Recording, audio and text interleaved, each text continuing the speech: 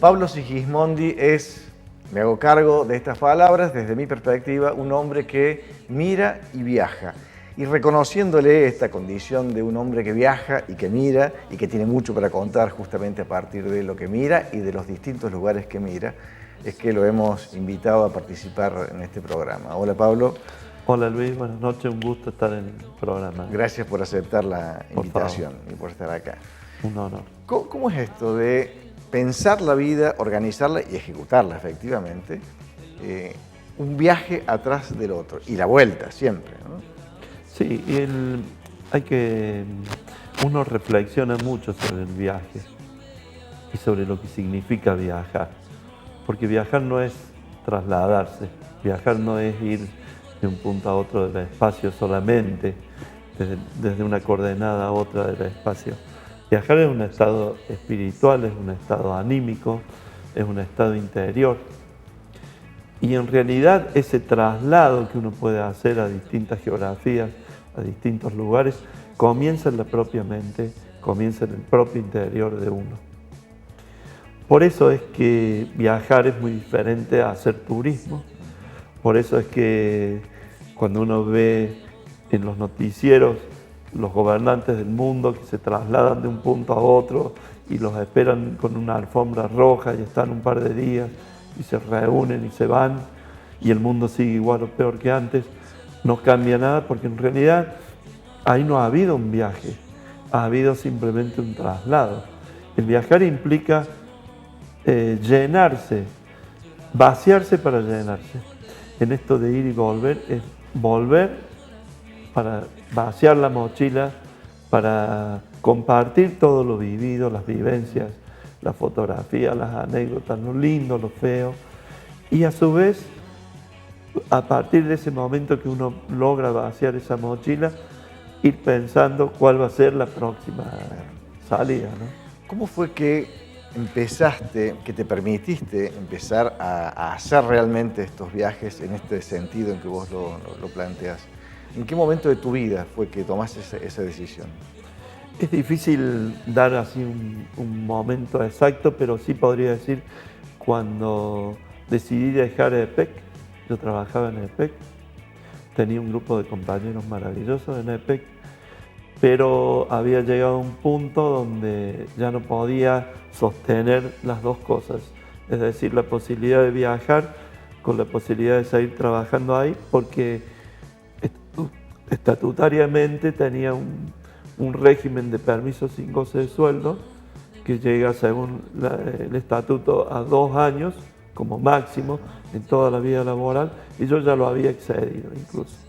Entonces llegó un punto donde se me planteó decir, bueno, ¿sigo en este lugar o realmente hago lo que creo que es parte de mi vida?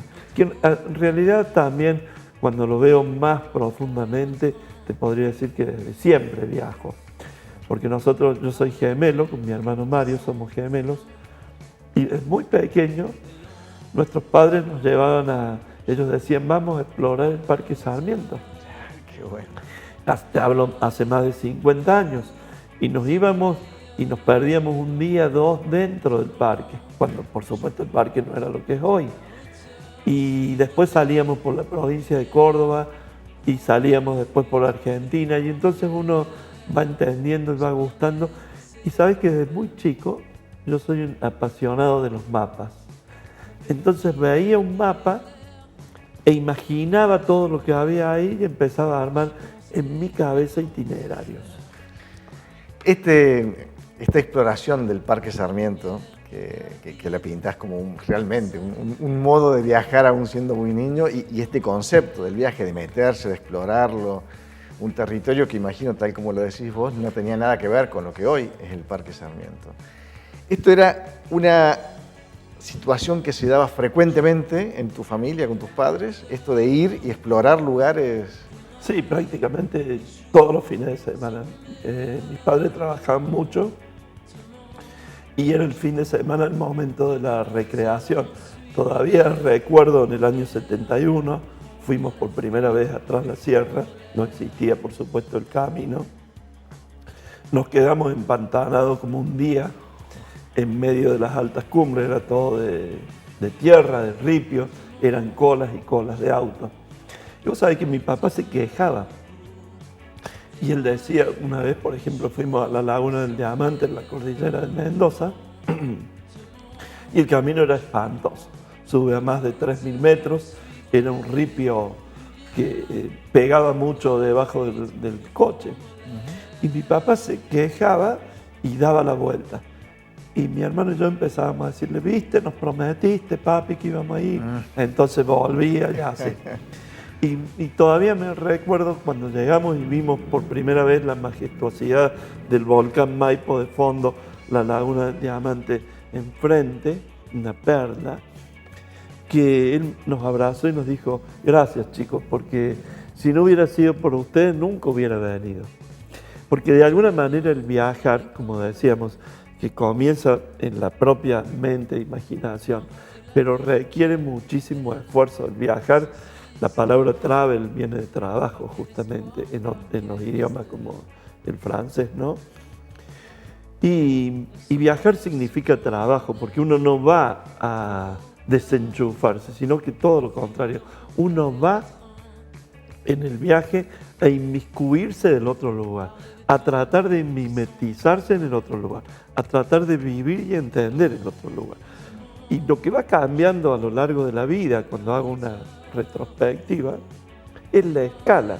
Lo que yo hacía en el Parque Sarmiento o en la provincia de Córdoba, de pequeño, después se hizo a nivel, digamos, planetario, hoy te podría decir a nivel prácticamente de todo el planeta, pero en realidad es un método o una forma de aprendizaje que comienza en lo pequeño. Y por eso también es que es muy importante enseñarnos, nos deberían enseñar en nuestra educación a viajar, porque en realidad también hay a veces en la imaginación, a mí me lo preguntan mucho, pareciera que para poder viajar por el mundo hace falta demasiado dinero. Entonces más de una persona que no me conoce cree que yo soy una persona multimillonaria, que tengo acciones en Panamá y que me puedo ir a donde quiera en el mundo porque tengo, digamos, la solvencia económica. Y no es esto. El viajar implica tener tiempo y hacer el esfuerzo para poder estar en el lugar. Y cuando vos estás en el lugar y empezás a conocer a la gente del lugar, solo se empiezan a abrir las puertas, las historias. Es maravilloso. Sí, realmente maravilloso. Y yo, en esto que estás diciendo de que se empiezan a abrir las puertas, cuando uno empieza a estar y a vincularse, esa vinculación se da sobre todo cuando la escala te lleva no al Parque Sarmiento, sino a Bombay, a cualquier lugar del mundo. Lo que tenés, digamos, como obstáculo a superar es que el otro no vive en torno al Parque Sarmiento como vos vivías, sino que el otro vive otra realidad, tiene otras características, otra cultura, ¿no? Digo, imagino que ha de ser ese un punto difícil de sortear. Difícil, pero se lo puede sortear. ¿Por qué? Porque uno va aprendiendo a lo largo del viaje que en realidad el intruso en el otro lugar es uno. Es decir, cuando vos vas a Bombay o vas a la India y ves que 800 millones de hindúes no comen carne de res, uno no puede ir con el pensamiento de soberbia desde este lugar del mundo donde nos tocó nacer y decir qué tontos que son los hindúes que no comen asado o no hacen empanadas criollas. Porque si no, no tiene sentido ir. Es decir, uno tiene que volver a ser niño, tiene que hacer tabula rasa muchas veces de sus conocimientos, de sus preconceptos, de sus ideas de vida, para justamente en ese inmiscuirse en el otro lugar, empezar de cero, aprender desde el otro lugar. Y empezar de cero implica también ubicar nuestra mente, por eso digo que es una cuestión de mente y de corazón, ubicarlos en ese lugar a donde estás. Ya no podés estar viendo y pensando desde aquí, porque si seguimos pensando desde aquí, realmente no nos metemos en el otro lugar. Y hoy en día resulta una paradoja que la super tecnología y comunicación que tenemos a través de infinidad de dispositivos a veces nos impide justamente inmiscuirnos en el otro lugar. Porque cuando vos estás en un lugar a 10.000 kilómetros de distancia, ¿qué sentido tiene estar mandando todo el tiempo mensajes, fotografías, WhatsApp? Eso también debería educarse. Es decir, cuando yo tengo un familiar, un amigo, un hermano que está viajando, no puedo exigirle todos los días la comunicación y saber si está bien. Y igualmente el que está lejos, pensar que si no te escribieron entonces pasó algo. No, uno lo debe educar a eso también. Porque cuando yo viajaba hace 30 años, empecé a viajar por el mundo, por la cara, lo que yo llamo la cara ocultada de la Tierra, no existían todos estos dispositivos. Era con mucha suerte una vez a la semana o cada un mes poder hacer una llamada de teléfono de un par de minutos y avisar a dónde estaba y contar que estaba bien y preguntar cómo estaban tus seres queridos, y se terminaba ahí. Y no estábamos todo el día hipercomunicados a través de la tecnología. Y entonces también uno aprende que en realidad la comunicación es un estado espiritual. Porque también viene que cuando uno viaja, por más que sepa algún idioma que podamos aprender, los idiomas que podamos aprender sirven relativamente, pero cuando uno está en el Tíbet, metido en medio del Tíbet, o en Afganistán, o en Turkmenistán, o en Burkina Faso, el idioma francés e inglés sí, puede que en alguna gran ciudad haya alguien que lo hable, pero después se habla otro idioma. Y ese otro idioma no lo vas a aprender. Entonces uno tiene que comunicarse desde otro lugar, que es desde la empatía, la mirada, el corazón, los gestos, un montón de formas de comunicación que no es que no la tengamos hoy aquí, sino que la hemos ido dejando de lado porque creemos que la comunicación pasa por otra forma, ¿no? De la hauteur, suivre les lumières, prendre la fuite et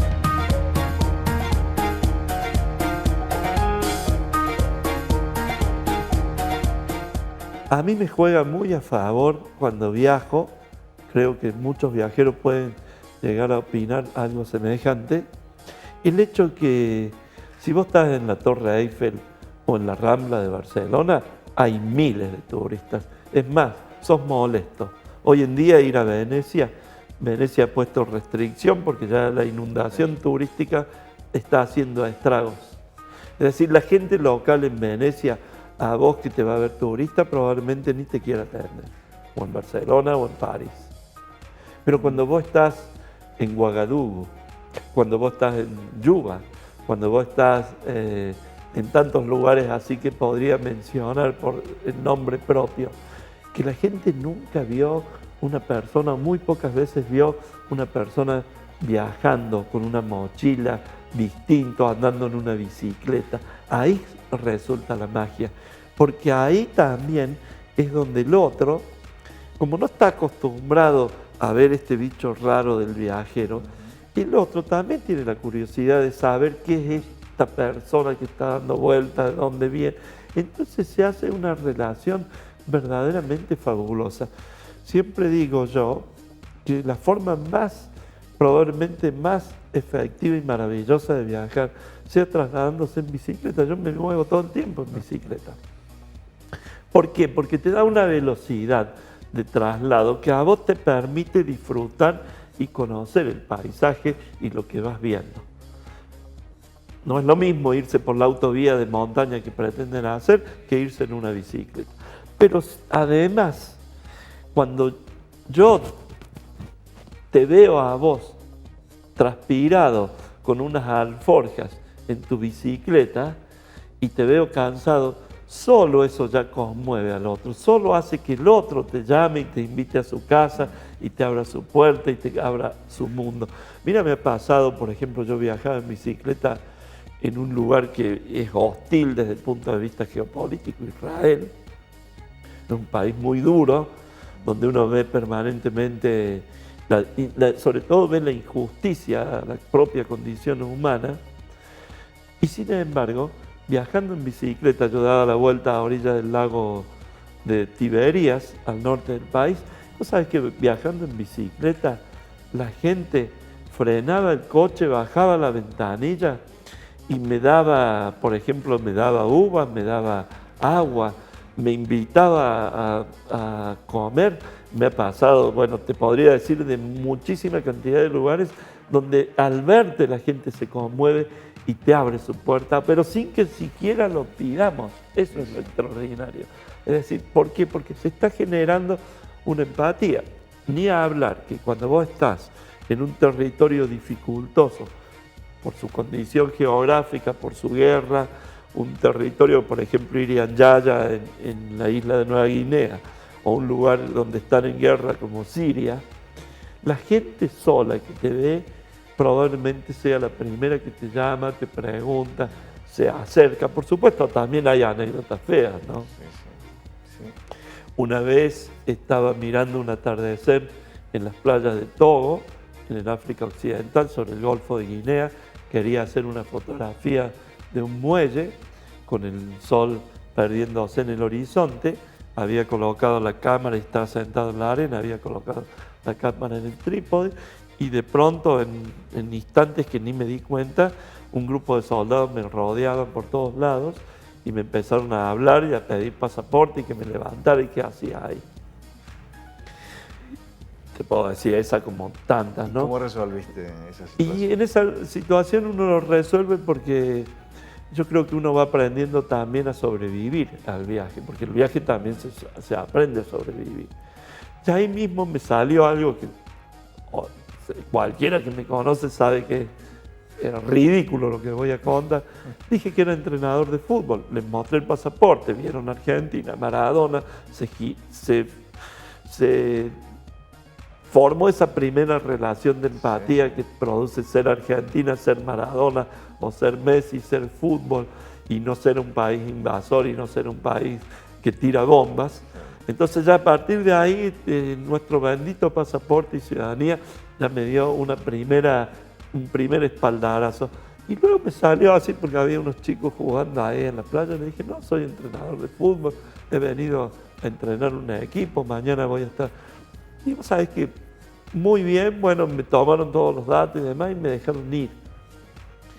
Otras veces me ha pasado que me han llevado preso, creyendo que era una espía, porque también el viajar es algo que no se puede hacer acompañado. Ese es otro gran secreto. Vos para realmente inmiscuirte, aprender del lugar, no podés ir con otro.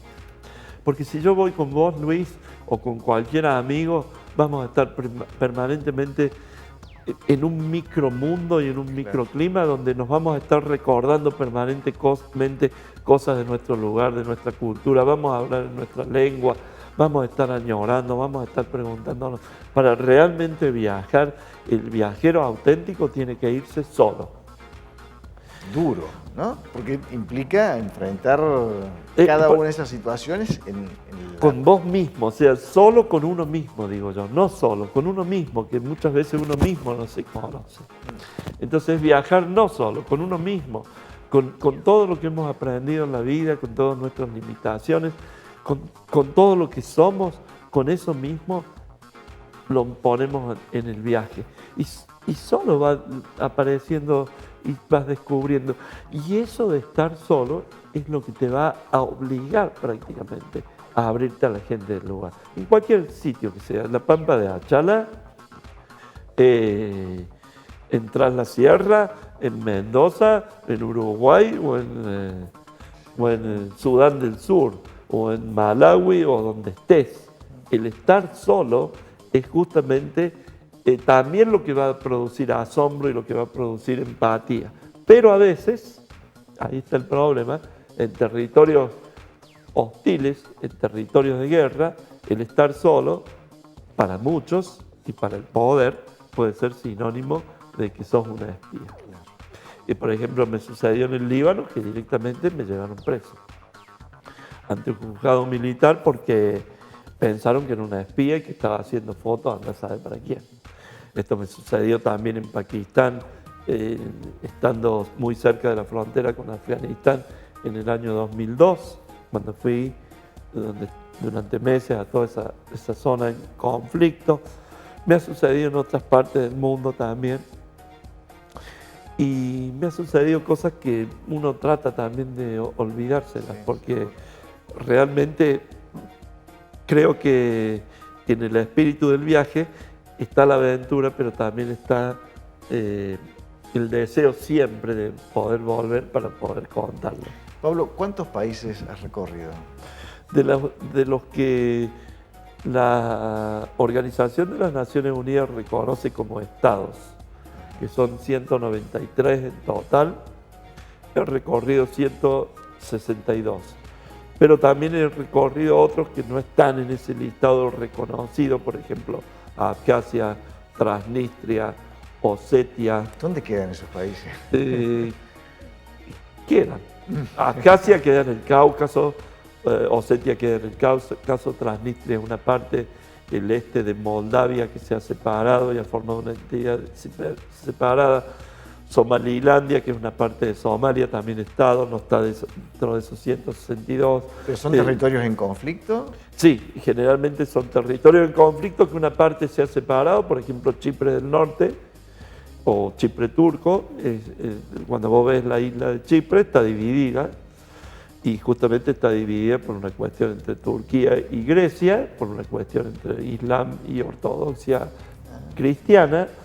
Y en el norte de la isla de Chipre existe un país que no está reconocido salvo por Turquía, que se llama República Turca del Norte de Chipre. Bueno, ahí también he estado en Nagorno-Karabaj, que es un enclave armenio dentro de Azerbaiyán, que está reconocido a nivel internacional solamente por Armenia. El viajar también te va haciendo entender y aprender muchísimo, no solamente de geografía, sino de geopolítica, de derecho internacional. Te va haciendo ver, por ejemplo, que no es condición sine qua non que un territorio sea reconocido para que sea independiente. Es decir, estas entidades que estoy nombrando funcionan y a veces, como en el caso de Somalilandia, funciona aún mejor que el propio Estado que lo antecedió, y sin embargo no están reconocidas por la comunidad internacional. Es decir, uno va aprendiendo un montón de cosas y se va encontrando de vez en cuando con otros viajeros. Porque cuando vos estás, por ejemplo, en el Cuerno de África, solamente una persona que está en un estado mental semejante al tuyo para haber llegado a ese lugar, inmediatamente vas a comunicar. ¿Por qué? Porque ese viajero que te vas a encontrar a su vez te va a enriquecer. Yo he aprendido muchísimo. Por ejemplo, doy un caso. Yo no sabía de la existencia del volcán Nyiragongo, que está en la República Democrática del Congo, en la provincia de Kivu, al este, y que posee en el cráter el mayor lago de lava que existe en el mundo, a una altitud de 3.400 metros, en un territorio de absoluta guerra, toda la provincia de Kivu, una locura lo que se vive ahí. Yo no sabía que existía ese volcán. Y estando en Ruanda, que está al lado, un país que está al lado, un día hablando con un chico que nos encontramos y viajamos un par de días, que era inglés, me empieza a mostrar fotos en la cámara y me dice, mira, acá tenés que ir. Y le digo, ¿dónde es eso?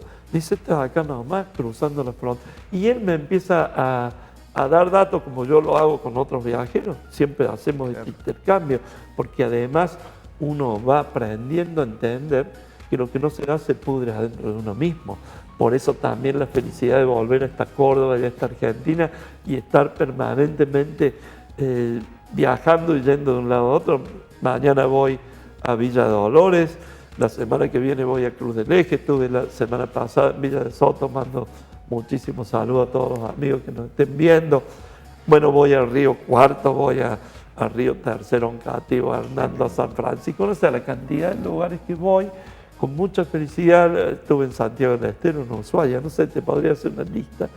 Y uno que se da cuenta de eso, que además de ser un trabajo espléndido, porque yo no lo siento, para mí es un juego, uno tiene la posibilidad de dar, pero no solamente dar, recibir.